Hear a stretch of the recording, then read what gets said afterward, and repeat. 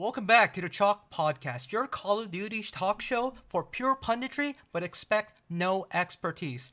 We are back after the Major 2 Grand Finals. I'm joined with my co-hosts, Orion and Davey. I say let's just get right into it. It's been about almost a week now since the matches.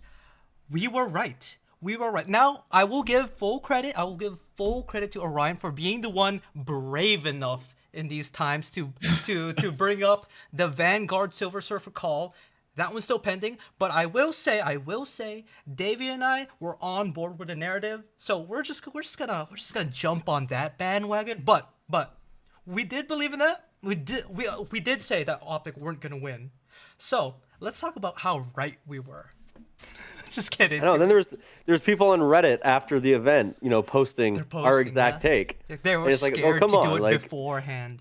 where's the credit Chalk podcast? Like, just put, You gotta say it with your chest, man. These guys, they can't handle it. They're scared of the green wall. I'm not scared of the green wall. I saw that shit coming a mile away, so feeling pretty good about that one. And honestly, I think it's just gonna continue, man. Like, listen, we're already blaming technical issues for losing the second tournament in a row. It's looking rough, buddy. They're not coming back. It's not looking like. That's my favorite thing. Everyone in the COD community does. No excuses, but those tech issues are pretty bad. Before we jump Excuses, into but that, the 'cause format is like terrible. I know you have shit to say about both of you. Let's do what everybody isn't doing. Let's actually talk about FaZe's win. Because everyone's jumping on this shit like you did. Let's talk about why they won. Actually, like you were talking about why Optic didn't win, but I haven't seen people talking about why FaZe did win. Let's talk about the glow up that some of these players had. You called it a Booza Masterclass weekend, but what we didn't truly expect is the 0-4 comeback. Can one of you get into what you guys think FaZe did? Like, what elevated them? Maybe on those points. Well, actually, at the very start of the weekend, I think Abuza was kind of mediocre. That's what I think changed in the later parts of the tournament. As the tournament progressed, Abuza was heating up more and more every day, and I think that was the difference maker. I think in the early matches, he was like kind of just his normal self, not super impressive. And then as he started playing the better teams, he started to shoot back a little bit more. He started getting into his groove. He started, saying dead with his chest a little bit. And then next thing you know, they're in the grand finals and taking out Optics. So really good out of Abuza, like to start heating up. And then, 0-4, I mean, it's, we were saying he's a LANimal, and in general, this is a LAN team. So, maybe this is their actual ceiling, and the online is them permanently underperforming. That's kind of what I think it is too. You were talking about the beginning of the tournament, and Draza and Simp were going just nuts at the start of the out of their tournament. minds, man. It was crazy. That first hard point that they ended up losing to FaZe before they reverse swept. I know they lost that map, but Draza and Simp were they were blacked out. They had no idea what was going on. They were just getting kills left, right, and center. I agree with you. This is definitely probably the biggest LANimal team that we have right now, and I think this is just. I mean, 0-4 is not going to drop a 1.4 like he did in the final every single time. So they were especially dominant in the final, but I do kind of think this is just kind of a taste of what FaZe should look like if they're playing to their potential all the time and getting over their inconsistencies. I mean, I think the biggest thing really was, well, we know what Draza and Simp will give. We definitely know what Simp give you. But Draza has always turned up on LAN, and that's something you can always see, which is, I don't know, it's something that's understated about him as a player and gets overshadowed by other things. But he really does play great Call of Duty on LAN, and it is very rare to see someone who is that consistent in a LAN setting. We saw Abuza has been doing this for the past few years, where he has a little slow build up. My son, he's a little bit slow to wake up. Gets it from me. I get up at 10 a.m. and stuff, a little groggy. But the thing about 0-4, and I think he does deserve the MVP this finals, is just how final he was himself in the lobby. The routes he made were just perfectly timed.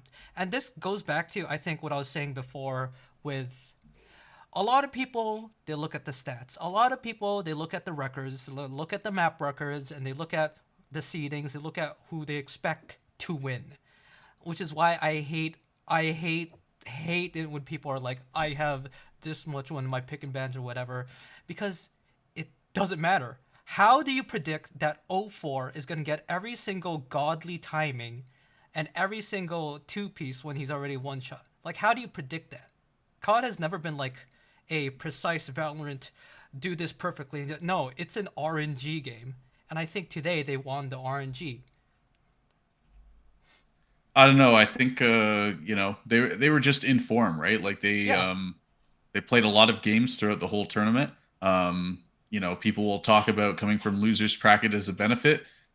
FaZe kind of finally on the receiving side of some of that benefit in theory, right? They have pretty much always historically come from winners bracket. It doesn't matter what year. Vanguard is the obvious one because we made the comparison, but pretty much every single year Atlanta FaZe is like coming from the winners bracket for the Yep. grand finals of their tournaments. So finally the shoe is on the other foot, and maybe that ended up helping them out because we have been talking about they were starting out slow and then really came to play.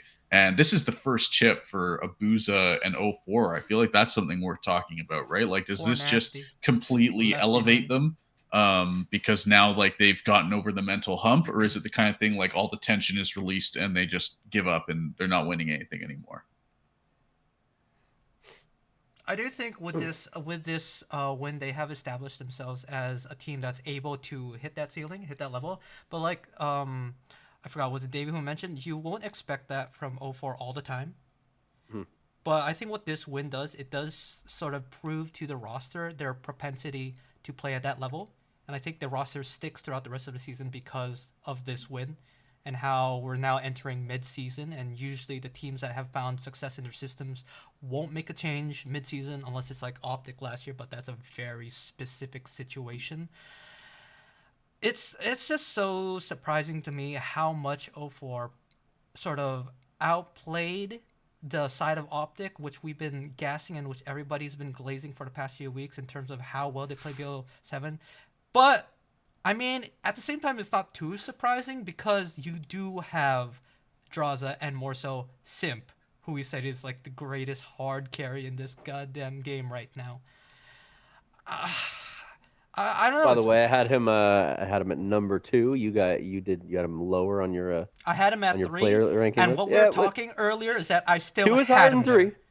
2 is higher than 3. Just wanted to put it out I there. didn't even Still have have him him at on my five. list. I'm still the one saying, "Oh, he's gonna be the goat." Please. So he just because he's not number one right now doesn't mean he won't be later. All right, shall we touch on a little bit on Optic? Well, I mean, they're also a really good team, and they just got beat by the better team. yeah, they're just deflated I on the mean, day. Honestly, there's like yeah, not much to say about it, on right? You think? yeah. I mean, there's not much to say about it. It's like they've lost 2 in a row now, which is kind of starting to show a little bit of a pattern and could be concerning for our narrative. But I mean, we can't pretend like we can't even start to pretend like they're a bad team. Like Hmm. I can't remember what team it was against, but that one overload play shots he made where he was hiding in dojo, Mm-hmm. That was and then he crazy, just man. Mm. that is probably the smartest play I've ever seen in my years of watching COD. Um, so I mean, there. I mean, obviously we just fear that they're going to continue getting beat on the day, but I mean they played well, and like in every individual map, they weren't getting like slammed in the final. Mm. Like it was a 3-4 overload. They lost by 1 hill and hard point. It was a round 11 final map. So They're just um really deflated at the end, yeah. at that exposure hard point, and it just bled into their S&D, which they still put up a fight. I think for me though, we're jumping on this Silver Surfer narrative, and watching that tentatively. But I think the biggest difference between the storyline that could happen with Optic Texas this season versus the storyline that did happen with FaZe and Vanguard is that I think they have a much more stable mental in the team and a much better environment to bounce back from those losses. You think about FaZe Vanguard and how every time they lost, it looked like Arcides was losing a part of his soul every single major, right? I don't foresee that in the Optic camp. Mhm. They have a lot more. sort of, I'd say, better supportive elements in their coaching staff, in their management staff, but they do have a lot more eyes on them. What do you think? Do you think Optic bounce back easily from this, or is it going to take a time? It's going to take a major cycle or two. Orion, what do you think? I don't think they bounce back. I think it's the sophomore slump. That's what it is. Like genuinely, that's what's going on right now. I think for Mercules. Why did they lose in the final? Two of us picked Mercules as the number one overall pick. Dino, I forget where you had him, but it He was was on two. the list. I'm He was pretty number two. sure. Hugh was my number one.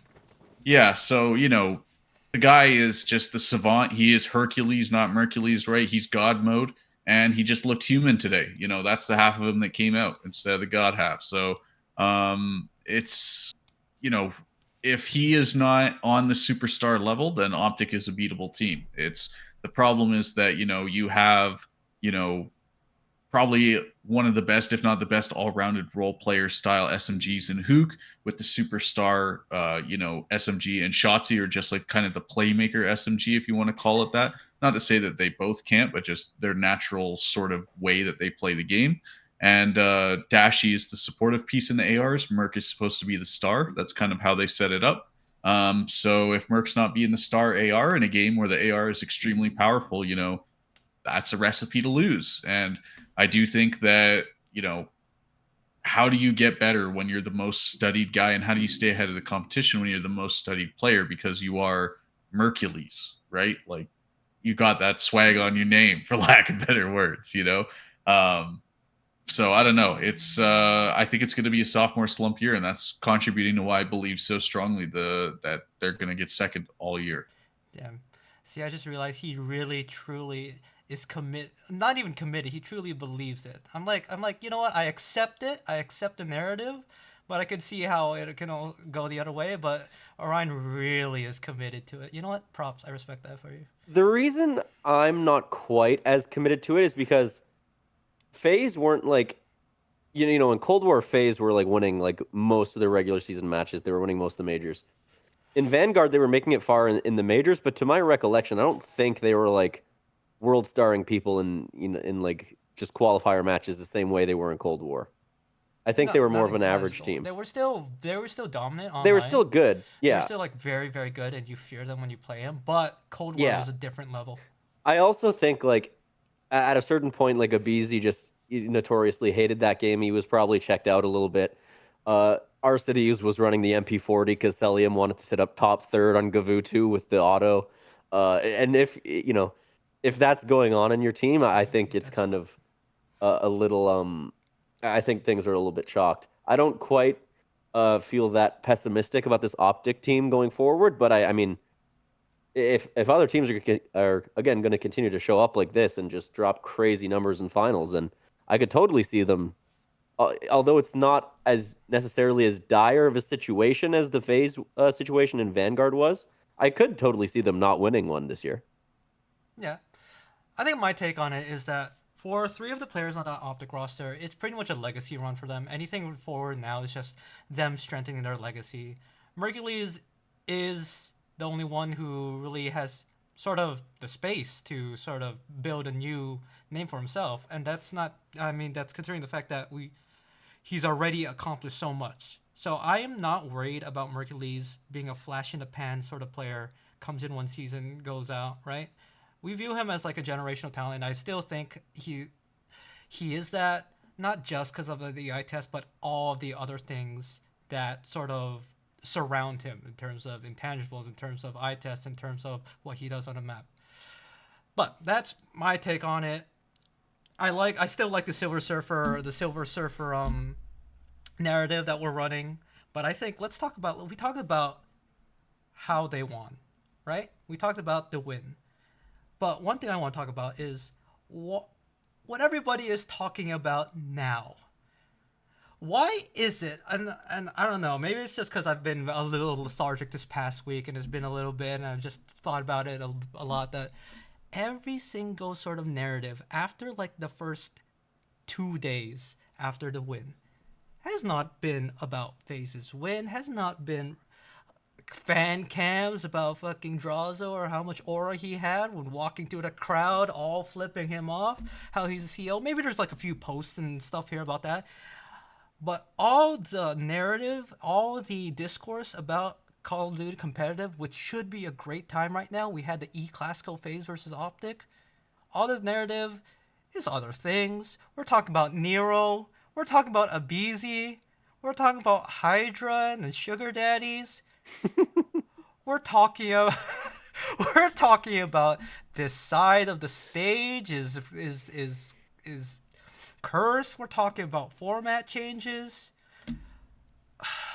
Like, I'm not disappointed anymore because this TMZ sort of ass level of discourse has been present in the Call of Duty competitive community since time immemorial, since fucking Black Ops 2.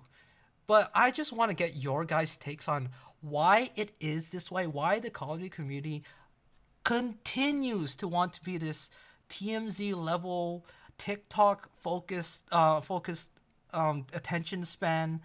Like, you guys have been very involved in other NA scenes. Overwatch for Davey, League of Legends for Orion during the golden days. Why is the Call of Duty community like this? Is it just the Call of Duty community like this, or like is it just NA esports scenes? Like, someone please like tell me if I'm looking at this wrong. I feel like it's very this sort of attention span focus on drama, TMZ, Twitter stuff is a lot more intense with Call of Duty. But enlighten me. So my perspective is that in terms of like the technical stuff with the game, like everyone complaining about either the format or complaining that there's like they're dropping frames on the stage and they have a bad side of the stage or whatever. There's an element that Call of Duty legitimately is like, especially these days, is a very like poorly optimized game on yes, PC. say that. It doesn't work very well. Yeah. And as a competitive game itself, it also is fucking RNG. It's not balanced competitively. It's just esports are just not really at top of mind for the Call of Duty developers. You would think having your game run smoothly and well on most hardware would be a thing that you want to prioritize, but it's not. So, as unfortunate as it is, like you might get some tech issues sometimes. I don't think the specific tech issues Optic were experiencing this weekend are the reason they lost. I mean, you can say no excuses and then drop an excuse all you want. That's not the reason you lost. And then in terms of the drama stuff, I purely think because it's a COD culture thing. It's like a very bro-y kind of game, very kind of frat boy kind of esport.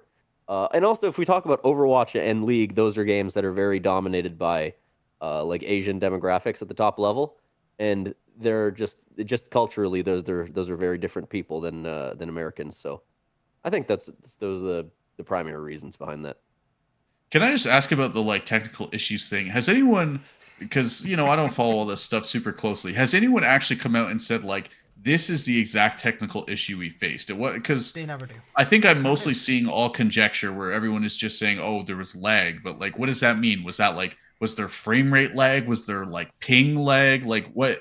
Has anyone actually come out and said like this is the specific technical issue we face? I heard some people saying that. Some people are saying that there was lag in the comms when you play on exposure, and then Optic were saying that like whenever they'd call in a streak on like a scar, they would drop frames until the streak was done or something like that. So like throughout the years, it's been pro players detailing anecdotally of what's happening to them in game, but we've never had an actual breakdown of like, oh, this setup, this PC was clearly not optimized, blah blah. This PC that came in on this side of the stage came in like the other day or something like that. You don't have that. Whereas I think some other times in other esports and even back in the day, we'd have people being like, "Oh yeah, these monitors are fucking are supposed to be at 120 hertz, but they're running at 30, so they clearly were underperforming."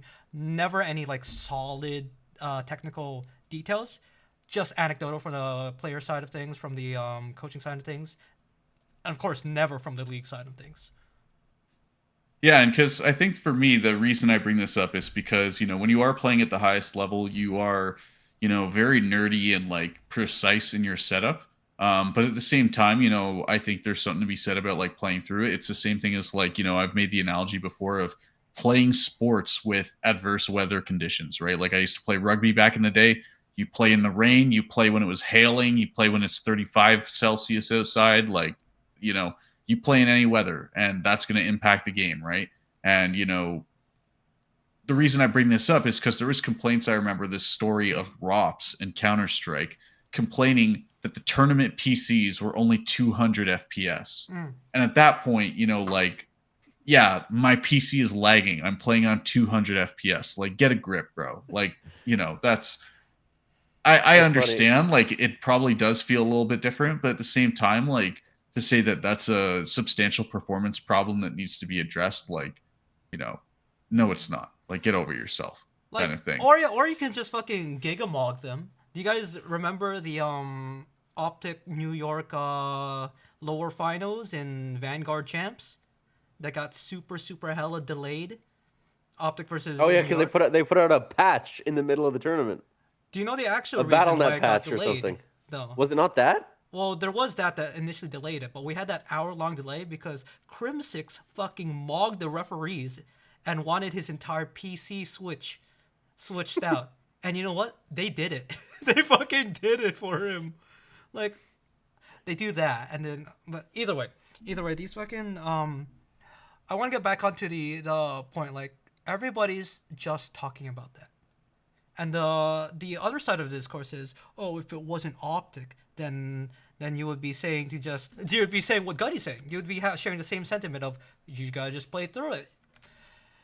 But again, now we're just ignoring the actual greatness of what we saw, the actual great play from '04 and whatever. And there's, I'm not gonna say it's not even a thing of like, oh, the players in FaZe aren't capitalizing on this. FaZe are literally putting out shoulder content about. They put out the comms of the entire grand finals, and I bet you it's not getting the same amount of views if Optic did.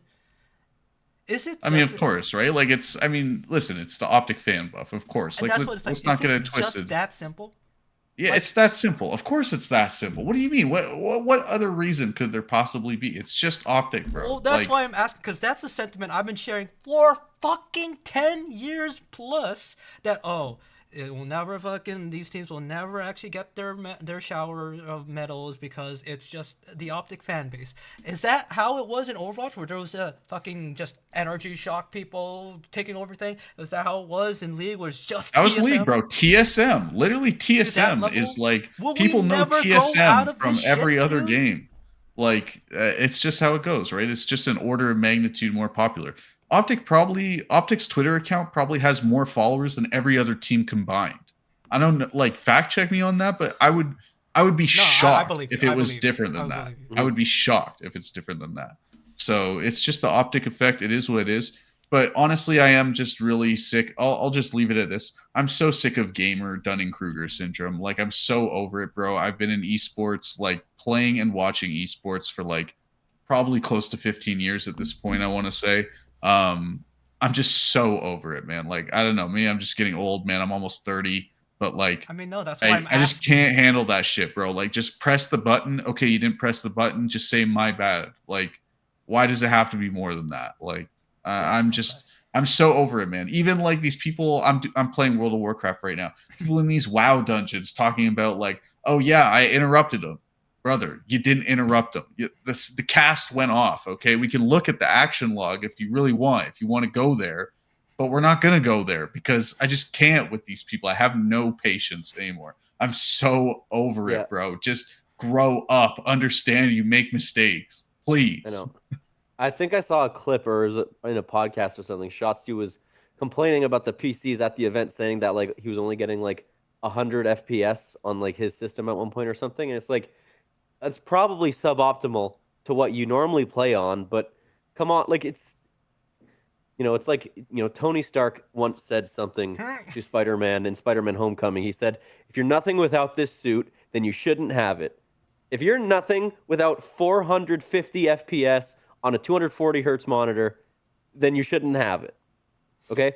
There's a player in Overwatch named EQO. He was a projectile DPS player. He was a Genji specialist. He went pro on Genji because he loved the game and he learned how to play it on a laptop on a 60 hertz monitor, I think playing at 30 FPS, playing Genji. If he can do that, then you can play Call of Duty at 100 FPS. Draza went pro playing from Alaska. From Alaska. Like, are we serious? Like, are we serious, guys? No excuses, but here's 3 different excuses. But no excuses. I'm just gonna say, I thought you were gonna pull out the other Iron Man quote and be like, Tony Stark did this in a cave with a box of scraps. Well, that one works too. EQO went pro on Genji. That one works too. With a 60 hertz monitor on a laptop. Like, come on. Let's grow up. Take some accountability. If you lost, it's because you got outplayed on the day. No, I do share these sentiments, but I do really think that like a lot of people who watch this goddamn thing don't actually love the game the way that like you're a fucking Genji player who did that and shit like that, man. Anyway, let's move on. I want to talk about your biggest sort of surprise in the tournament and your biggest disappointment. Okay. Ryan, go ahead.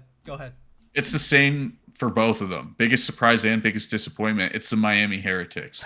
And I'm disappointed for one reason, and that's they never got to play a main stage game. Like, and honestly, that is the con of this 2 bracket format. And they even seeded really well. Like, this is a team who I think was in winners at the start. Am I not mistaken, right? Like, this is a team that qualified in the top half, made it into the winners bracket, and they did not get to play a main stage game all tournament. They got double first rounded, yes, in their placements.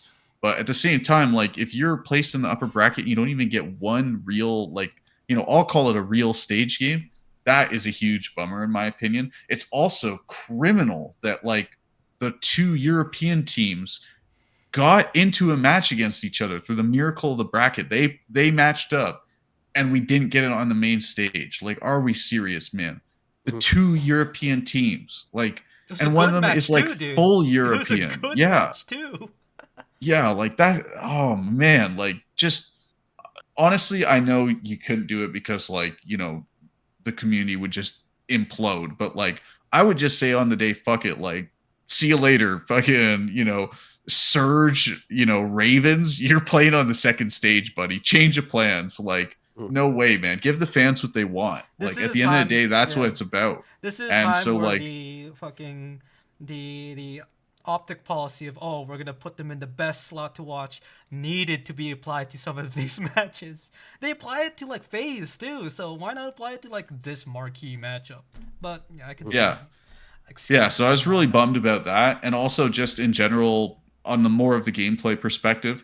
I thought, Super wasn't himself in Search. I did bring up this could happen. This is kind of starting to become more and more of a trend with Super, where he is phenomenal online in Search and he kind of drops off on LAN. But I think that the Heretics were just very deflated. I don't really know what happened. Maybe they had nerves. Maybe they just weren't really ready for the day. Like, their prep was bad. I don't know exactly what happened, but very, very flat. Like, Metals and Trakes needed to get their shit together, and they just didn't have it. I mean, I'll tell you what it was. I said it last episode. Gentlemates came out diffy on their new controllers, innit? Did they have to get new controllers? Could remember they lost their controllers on the flight. But did they end up getting their original ones back? Dude, or did they have to buy new ones? It's funny to think about though. I will say from a serious note that I did say in the last bit, you're like talking about how will they lose in an S&D? Granted, they did win the S&D, but I did say again, it feeds to my point of it's COD. Never rely on the numbers. One day they can turn up and Super's not shooting as well as he did online. 04 randomly now has like 6 cents timing. It's how they play on the day. They always say it's a day-to-day esport. I don't think they actually sort of nuance that enough. But no, yeah, if it wasn't clear enough, my disappointment this tournament was Heretics. But before I go further than that, what about you, Davey? Because I think you said, Ryan, you said that your surprise was Miami too. But anyway, go on. So the surprising team for me was was our boys Toronto. Well done, Toronto. Top 3, good top 3. They had they were going crazy. Jamie Insight had a couple of really good games. He was standing up on main stage defending his country. It was great. They had a real shot. FaZe obviously on the day were in final form. They won the event, but Toronto had a real chance at making the final here. Which we knew they were improved with Kips, but I didn't necessarily think they were top 2, top 3 material. So good for them. And Kips at his first event, he started out slow in the first match, but he ended up playing great over the weekend. So good for him. My disappointment this was. Oh, yeah, sorry. Ahead. If I could just really quick. Yeah. On your Toronto point, this was an honorable loss for them. You know what I mean? They get eliminated by the tournament winners ultimately in FaZe. They went pretty far in the tournament, especially from the lower bracket, right? They were playing for their tournament spot the whole tournament basically. So it's a very honorable loss for them, and I think it's very motivating because you randomly had a not randomly, but you had a substitution mid-stage this event. Onward and upward from here. I think they're going to be locked in and looking for the next trophy. Yeah, this is the least bummed I've been about seeing Koi knocked out of a tournament before the final. The perennial third that Koi always gets, but this time it doesn't hurt as much. What was your disappointment? And then, in terms of it, the number 1 choice for that would also be Heretics, but to switch it up for the sake of conversation, I'm gonna say Falcons. I know we meme about them being a coin flip team, but they were actually they were improving, and I always harp on their comms, and those have been getting better. And even when you flip a coin, there's a 50% chance you win into get the same one, a loss when you flip the coin 2 times in a row. It's possible, but it's statistically unlikely. So were they doubled? Were they double round? Yeah. Here? Yeah. I don't know. I don't know if they got double first rounded. I don't know if they won a map. Dude, that fucking they didn't win a map. balances out they the didn't win a map. 50-50s, bro. How they didn't win a is map. this the case? Yeah. Wait, are they actually? Well, in terms of okay, they had a whole bunch of online wins, but I'd say these 2 losses were equivalent to that streak of online wins that they had, especially not winning a map. Especially. They're so 50-50. Why are we so on the ball about this? It is crazy too, that piece about they didn't even win a single map, right? That is pretty intense. And they were the number 1 seed, if I'm not. No, it was Optic was number 1 and they were number 2. Is that how it shook out? But they were very high seed. Yeah. And they look like we were talking about their S&D had really, really improved. So quite shocking to see them not even win a single map. And at this point, maybe the place to go with the Falcons is they are thinking about roster shakeups. I think that it was, basically the SMGs in general was where they were looking with that, which is, them not naming one specific player in itself is kind of interesting. Yeah. Okay. So, my surprise was Koi 2. Even though we did predict them to go 3, that was just very hopeful, which I think my surprise was more so how they did it.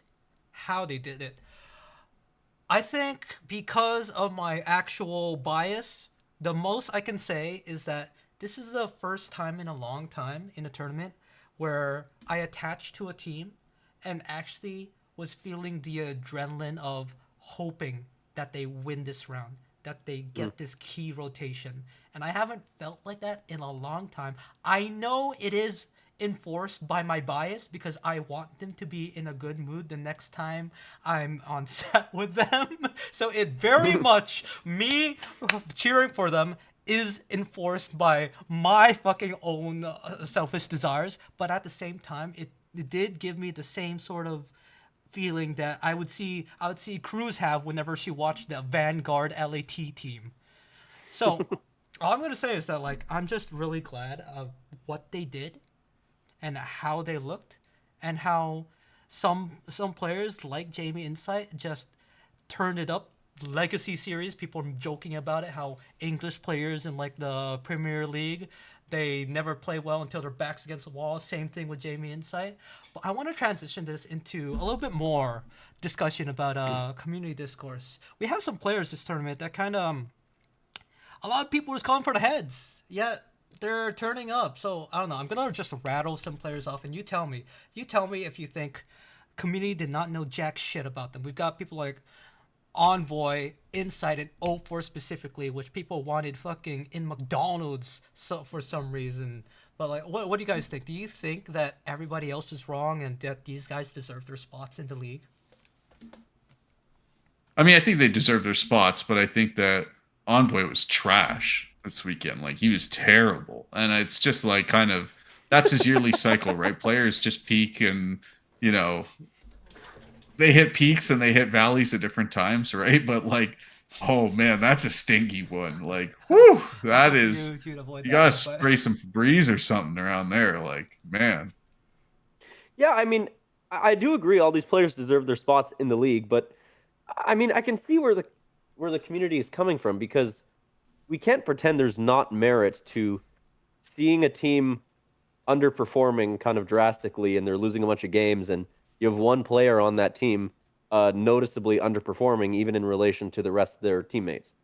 Like, even that if that's a player like Insight and Envoy, we know how much impact they can have. We can't pretend like there's no merit to like thinking about making a change to improve the team there. So it is like a kind of tricky, kind of gray area of like a conversation to have. But I mean, I don't necessarily think any of those guys should not deserve a spot in the league right now, especially after this weekend.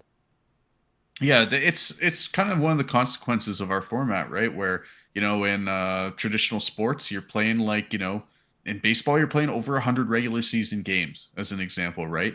And you just don't have that luxury of having such a deep schedule in esports. So the consequences are high if you underperform. And so if you underperform twice in a row, well, all of a sudden that's half your year gone, right? Like if you underperform at 2 lands, that is half the year gone. So at a certain point you can't be patient, right? And that is really the challenge, because I think for these rosters, they're well constructed, they're good players, there's no reason to change anything, but it's hard not to believe that when we're halfway through the year.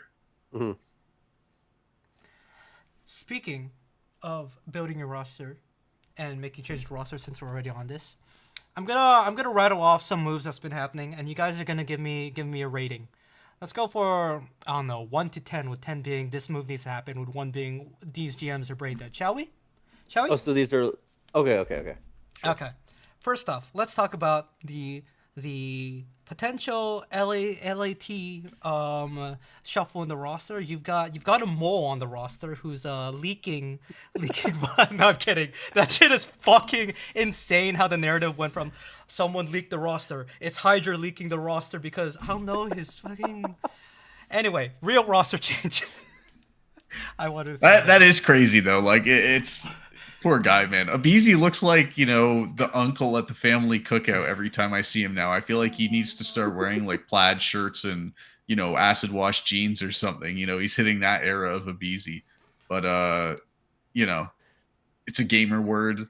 Call of Duty is known for having some grade A gamers. That's all I'll say. I never thought we'd see the day where we'd circle back to the Xbox 360 era of competitive COD, where people are literally getting dropped on stream from their teams because they're like hitting their other person's hitting on the other person's girlfriend or something like that.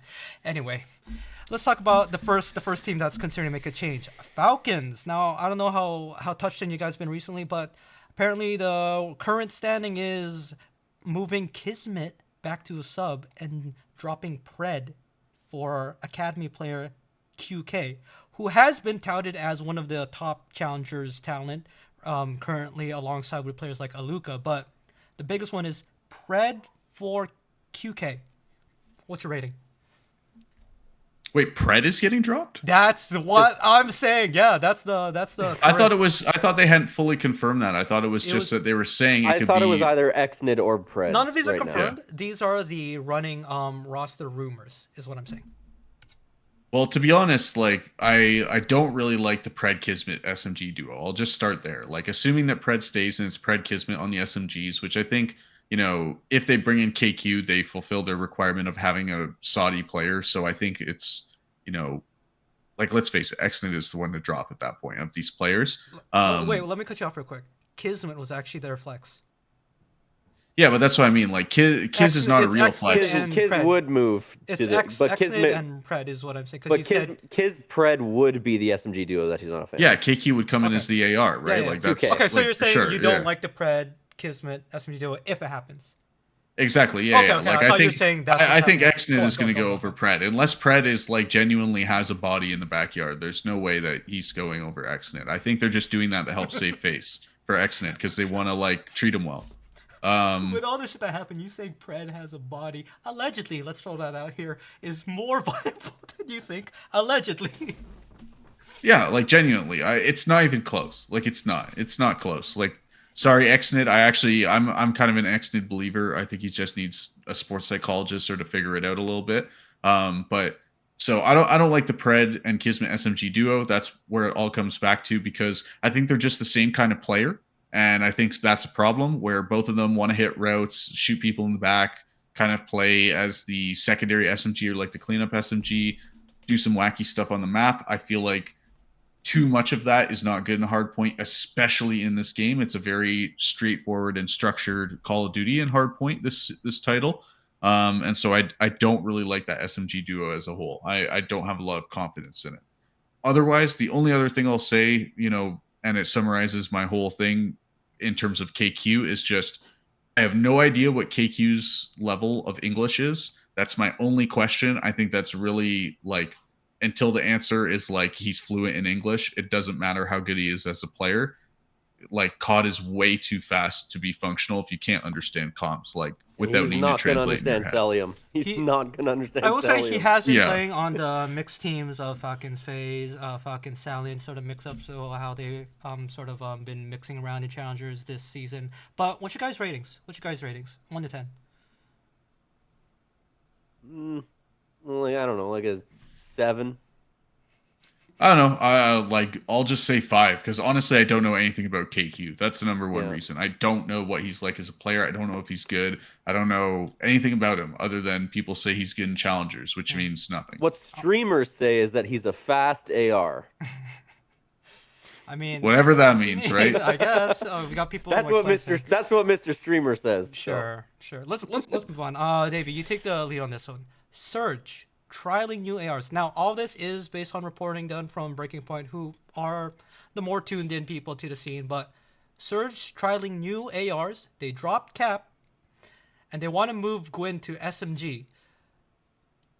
Okay, yeah, stop makes sense. So they need ARs. They're trialing Brack from Omit and our boy Beans. Yeah, by the way, I called this about Capsule. If you just waited like 2 to 4 more weeks, you would have gotten a better chance. Because now like half the teams are making moves.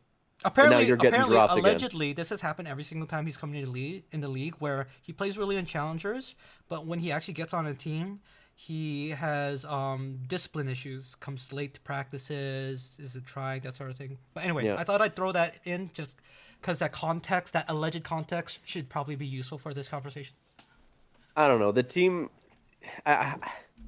it's because I don't know if a roster changes what they need because they have like a bunch of mid to bad players right now, and they're looking at picking up. Let's say and they're looking at picking up like or Beans. Pick one and give me a rating. Again, it's like I guess they need a move, sure. So 10, they need a move, but I mean, it's not going to fix anything. Yeah. They're still going to be bad. But I'm saying, so if this is 10, they need a move. They sure. need a move? I don't know. Who are you picking? I don't know. Picking? Brack or Beans? Give me one and then give me your rating. I don't know, man. I don't know. Coin flip that shit. How about you? If put on many men and pick Beans. Just put on many men. Yeah, I think for me, Beans is the clear winner here. No disrespect for Brack. Maybe he is actually insane at this game. And like, if he gets the spot, I'll be interested to watch him play. But Beans is good enough to be on this squad, in my opinion. He did look really bad at this game, though. So I don't know how he's been doing in challengers. Hopefully he's gotten better at this specific COD title. But overall, I would just say the change is a 10 because any change to remove Capsule is a 10. Okay.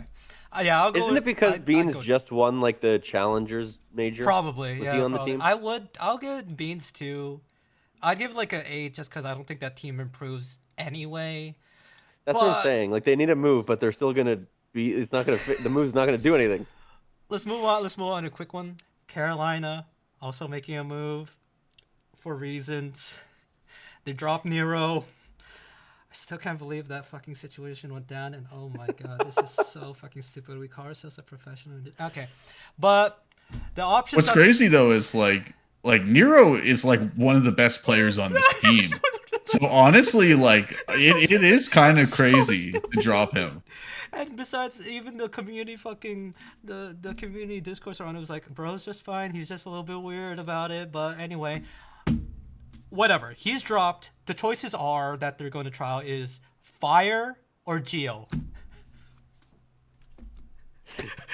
Okay, if I was gonna say if you listed like a different name, I would have said like maybe like they can improve with a move. Maybe Nero's not the player, but maybe like a 3. If they're looking to drop Nero for one of those players, that's a 0. That's just not correct. That's an incorrect move to make. It's just a 1, bro. Like it's genuinely a 1. Like he is worse.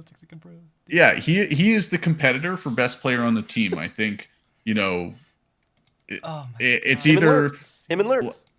Him and Lurks, I would say, are the 2, right? And like if you're weighing online, I think Nero's winning it. If you're weighing land, Lurks is winning it, right? But like both of them have been like the superstar players that when Carolina wins and has these upsets, these are the 2 guys that are popping off. So like, how are you gonna lose like your firepower AR? I guess Geo is supposed to be that, so I'll say Geo here. More fun context. They're also, I left it out on this one because apparently they're not moving with it, but they were looking to see if they could sell off Lurks to another team. I was seeing it, by the way. I called it at in week 2. Lurks was going to be Rookie of the Year. I told you guys Lurks was going to be insane. I'm still sticking to Mamba just because the placings are so much fucking better. No, it's Kips now. Oh, but, fair. But you know what? You know what? We'll see. Yeah, Lurks. I hope so. Actually. I see a narrative developing that people want to see Lurks on Thieves. And it's like, yeah, like I mean, again, Lurks is really good.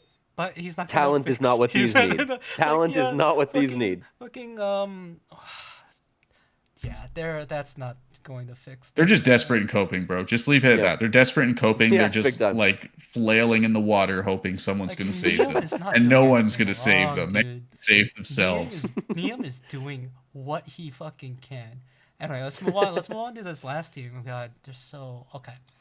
Now here's a fun one. Boston making moves.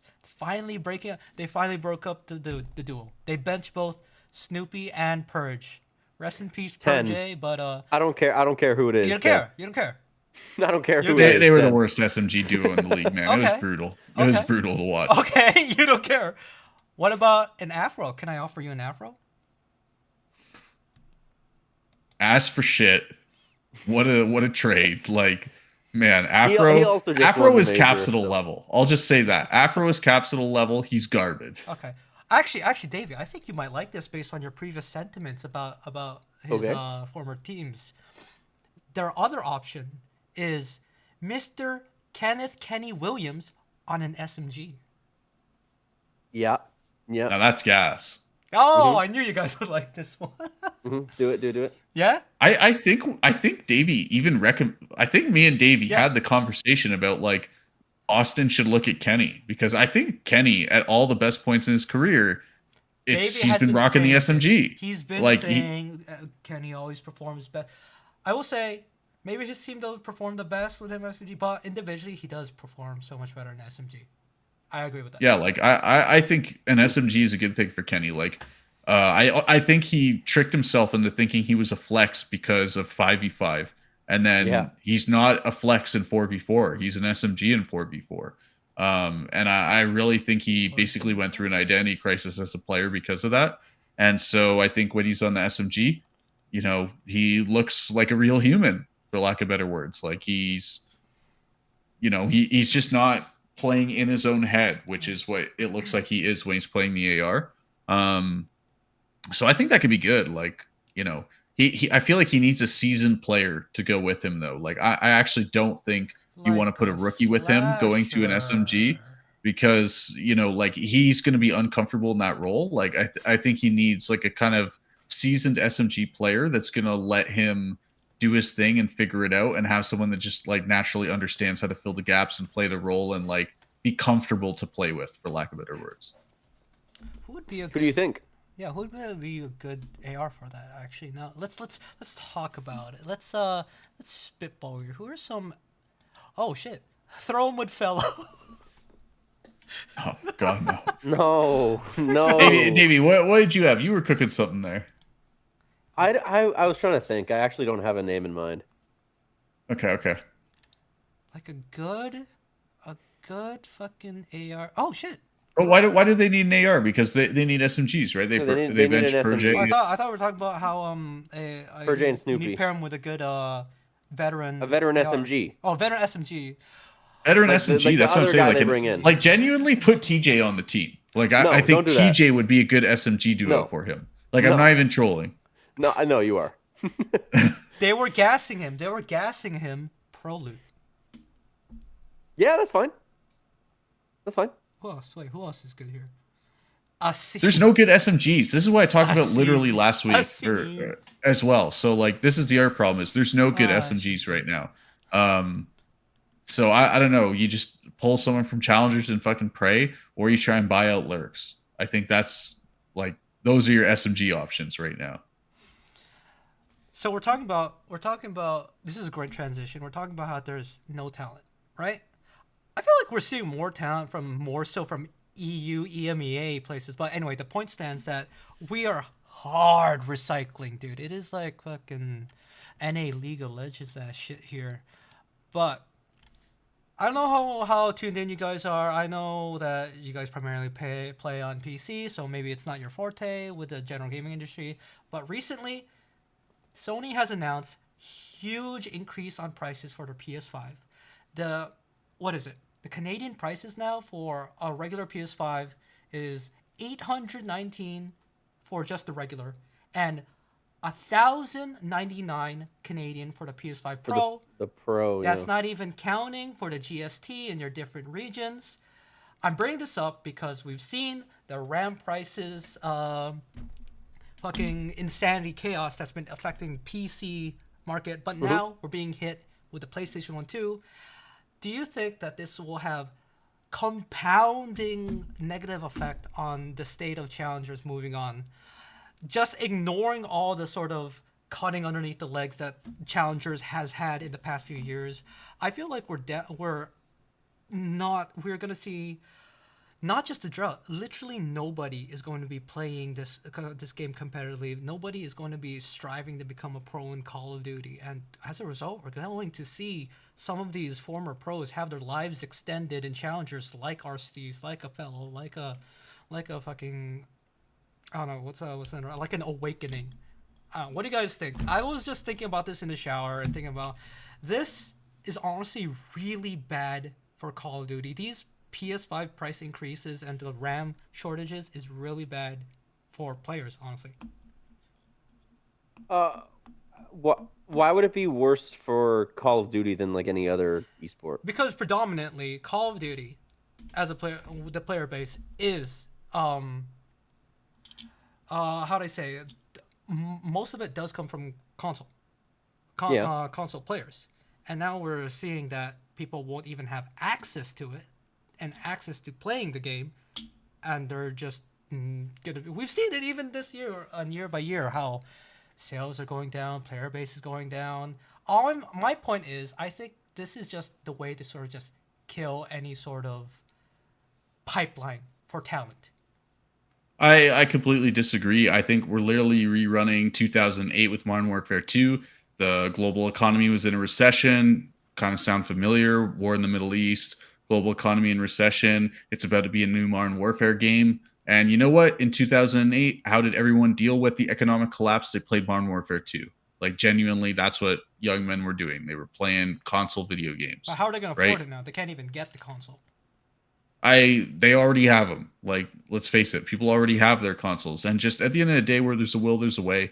Like, I don't think that there's anything more for Call of Duty than anything else. I do think like less so than RAM prices. Just esports is kind of going back to its grassroots, and so it is losing viewers. There's less eyes on esports, but like the entrenched fans are still here, and so I think people are just still getting comfortable with the fact that like this is how big esports actually are without all the venture capital and everything pumping it, when it's all at the absolute pinnacle and hype because of either COVID or because of like it was such a new and novel thing in like the early 2010s that really took it by storm. So like, this is just what esports is going to be. Like, just get comfortable with it. That's okay. Like, I still love watching the COD stuff and I still love playing other esports and everything. So like, no big deal. It's just you got to love the game, and that's how it was at the start, and that's what made it explode into the mainstream and become so popular in the first place. Was like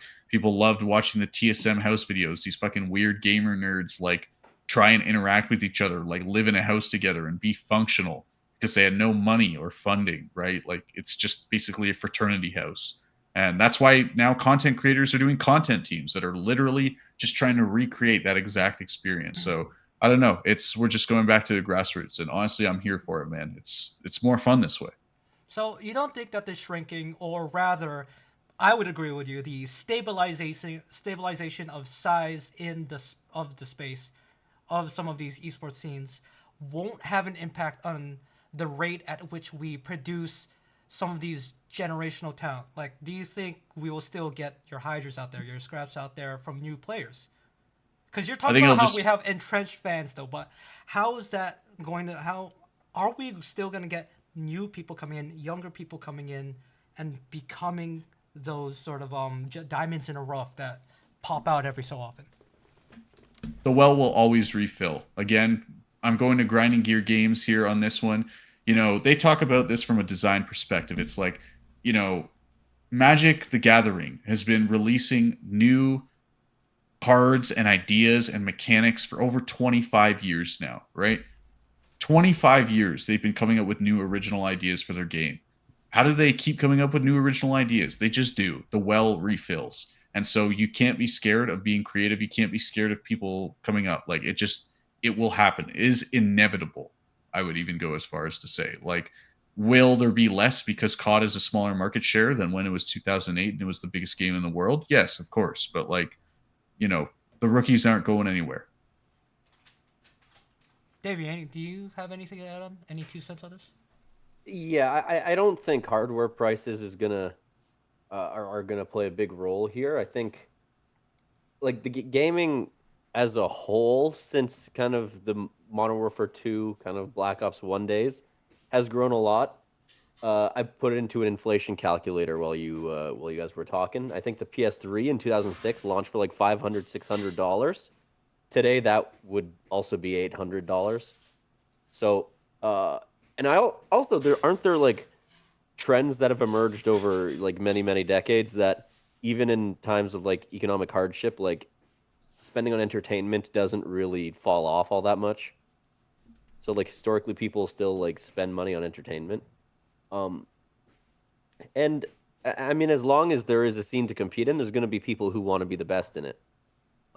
So even if young kids like aren't really playing COD as much right away, like which is being shown, like young kids are playing mobile games, they're playing Roblox and stuff more than console gaming. But it doesn't take, you don't need millions and millions of people to play in the Call of Duty League. You only need like the best like 4 from like any given like generation. So that's not something I'm too concerned about, to be honest with you. Okay. See, the reason why I bring this up is because just because of how much I have to sort of work in the gaming industry media space. My algorithm and feed has been filled with all these topics about gamers being priced out, gaming is for the rich now, and all those headlines, all those thumbnails. So a lot of this has been rolling into mind with the negative sort of bias to it, but it is so refreshing, honestly, to hear that perspective coming from you guys. Cause no, yeah, that all makes sense. Like the thing you brought about, most people have already bought a PS5, right? You bring up that point, and I think about, oh yeah, Sony did announce how their PS5 generation has had the most sales ever, like ever. And there's no games for it. I got mine over there, and you know like, what? According to like the common console cycle, like every 7 years, we're supposed to get the PlayStation 6 next year. We still haven't had any games for the PS5. What I will agree with the like the sentiment is that we PS5's don't need almost a PS6. done. We don't need a fucking Yeah. PS6. I think honestly. But no, yeah, okay. You know what? That is actually probably one of the most enlightening discussions I've had I've ever heard in a fucking COD podcast. So I appreciate And that. also, one more thing, it's like you talk about gamers getting like priced out of gaming. It's like like especially in the AAA space, like games are like Nintendo has a game like their games for the Nintendo Switch 2 at $100 Canadian, and their games never go on sale. Like that is ridiculous. And then all the big games are all live service games because it's the only way you can hope to recoup all of that money you poured into making the game is if you just continually harvest as much money from your Matrix battery human players as possible. But the passion for gaming isn't going away. That's why indie games are popping off so hard these days. You pay $20 one time for an indie game, and you get. That's why you see so many indie games popping off these days. I know. When we were kids, it wasn't like that. It was always Call of Duty every single year. It was Battlefield popping off, or Gears of War, or Uncharted. It was all the big AAA games. Yeah. But now that space has degraded in quality so much and become so much more expensive to consume in that you see people playing indie games more. But first thing, I know that you and I, Dave, are more console pilled, and this whole time while you're going on that spiel, I like how Orion was just there sipping his fucking tea, being like, look at these console plebs rolling around their mud. I'm enjoying my old time PC games that have remained free for decades, and I shall continue to enjoy them. But no, yeah. I always played WoW at my neighbor's house. By the way, I've been dabbling since Kata. Yeah, I will say, just to feed onto your point further, I feel like people are being sort of tricked by that stupid study that came out being like, oh, there's been less people are playing less games than it's a return to pre-pandemic levels numbers of player base and stuff according to our highly biased survey of players in the West. And I'm like, wait, but there's so many other games, guys. People who actually like games like that. I think what all comes down to, you guys, don't get rage baited by social media. Like, I've been telling people this for like 10 years now. Like, you can't be getting rage baited by social media, man. Get off of TikTok. The whole point of it is to upset you. Like, full stop. Like, that's literally it. That's the whole sentence. The whole point of it is to upset you. Like, just get off of it. That's why. This is why I try to bring up these topics, because bro is so based. I love how all his arguments just go down to just stop, dude. Just stop. All right. Our last topic for today. I want to just throw in this little extra something. We're LA Thieves Vanguard team, the greatest dynasty that never happened. Now, I say this because let me hit you with just this quick stat. I don't know if it's completely real. I am taking it off this fucking Reddit post, so who fucking knows? Cherry picking and all that. But since the LAT championship team split up, Envoy, Draws, and Kenny, the core three, have appeared in 17 grand finals, and any one of them have won 11 of them. Now, keep that in perspective. There have been 14 major championships plus championships since Octane, rest in peace, retired. This diaspora that LAT has made from splitting up after Octane pieced the fuck out has been so much more impactful than anything else. Even though the Optic Dynasty split up, not that much spread of talent. FaZe right now, we see this diaspora. I don't know. I'm just they give him more time, maybe we'll see it, but the impact that these players on the LAT roster has had on the scene moving forward has been so huge. What do you guys think? Is that just too much clickbait? Are LATs actually supposed to be the golden child that should have been? Hit me. No. They won one tournament. Like, are we fucking serious? Like, they're. Wait. They did win Major 3 afterwards, or Major 2, and Modern Warfare 2 after Champs win. 2 tournaments. Wait. No, they didn't. They didn't win a Modern Warfare 2 tournament. They did. They broke the champs curse. They beat Optic. They broke the champs curse. In Modern Warfare 2. In Modern Warfare 2, yes. They broke the champs curse that year. They won one event. Yes. Really? One of the later events. Yes. But either way, it doesn't matter because, like, believe us. They did. I don't believe you at all. I'm gonna be honest. Major 1 New York. Major 2 FaZe. Major 3. Orion, you gotta remember, Ultra. like, Major 4. Thieves. all the way Major up until 5. New York. All the way up until Modern Warfare 2, every single year, we're always talking about the champs curse, how the teams who won champs would never win an event the next year. Yeah, the roster that won champs won't win. And then LAT broke that. No one ever talks about that anymore. I That was just still when the at that was still no when the point Optic at curse was any alive. point in Modern Warfare 2's year did I ever remotely think LA Thieves was Oh a no, good yeah, team. they were shit. They were like Yeah, so Yeah, that's why I don't the believe thing. you at all, to be honest, that they won an event. Like, what They won happened? Major Was Four. everyone I like drugged? promise Like, you. what happened? I promise you. It was the What was it? Just snaking cheese? Like, it was the genuinely? major with no fans.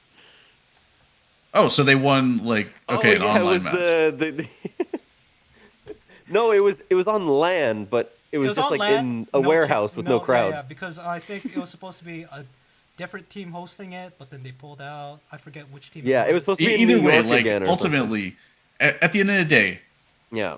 what's so stupid about this is like, yeah, they went to 3 different teams. They represented 33% of the total league, and these are top players. They're going to good teams. So yeah, when one of them is on Optic, when one of them is on FaZe, and when one of them is on Thieves, like, why don't we just run the stats? How many between those 3 teams times did they appear in the grand finals?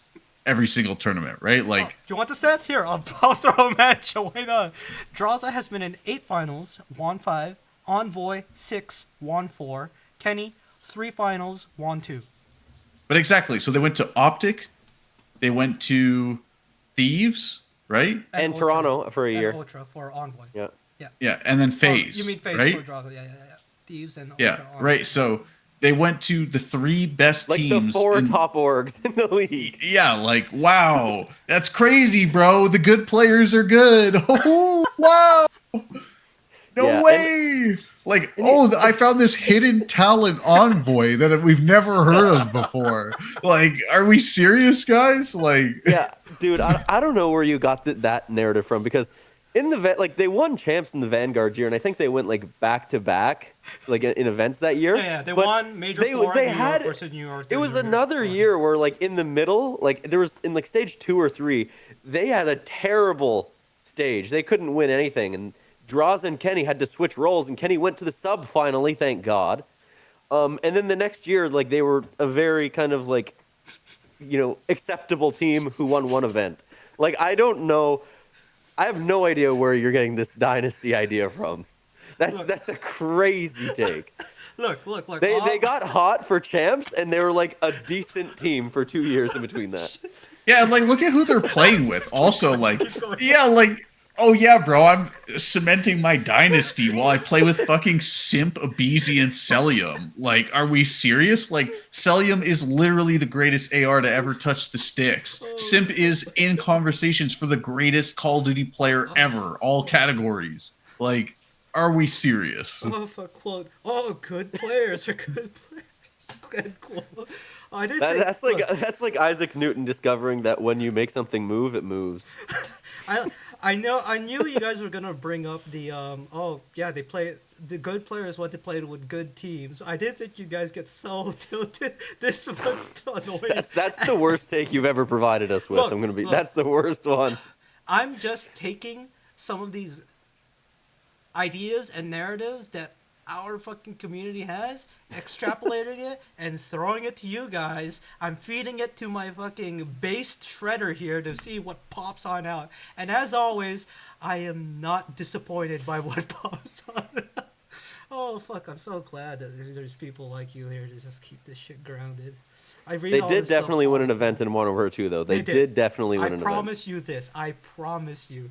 Man, can we just take a moment to say, like, that is the worst game like ever. It's so bad. Holy shit! Like, that was crazy. I remember on Hotel, the Kitchen Hill, where it was just like genuinely there'd be 6 people in the hill snaking each other, and no one could kill each other. It was basically like, as long as you had a trophy system, you could not be killed.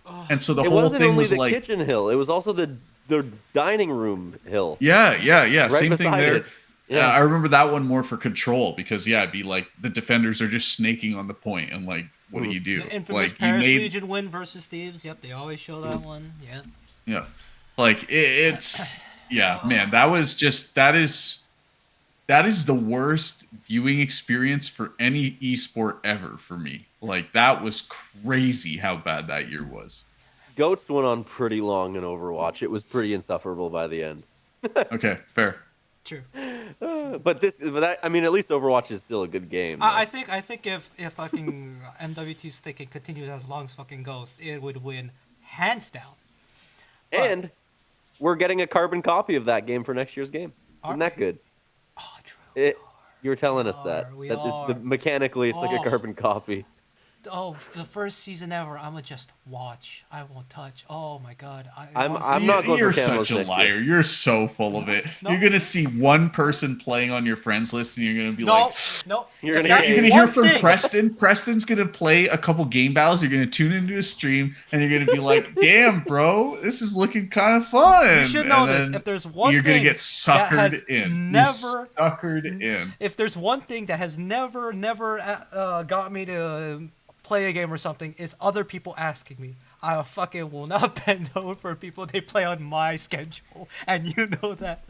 By the way, that's been a lot of good discussion. I think we've touched on topics which most people in the space probably wouldn't touch on. But I think we end it there. That's good. We've got a long break here, so we're also gonna take a little bit of rest before we get into the major 3 cycle. That's been Chalk More Podcast. EU, man. Let's hope Gentlemates is a team. Let's hope Heretics is a team, and they play on LAN Also, on the main stage. thank Please, fucking like, God can we for- get together? Thank God for insight and what they did. We'll see you next time. Bye bye.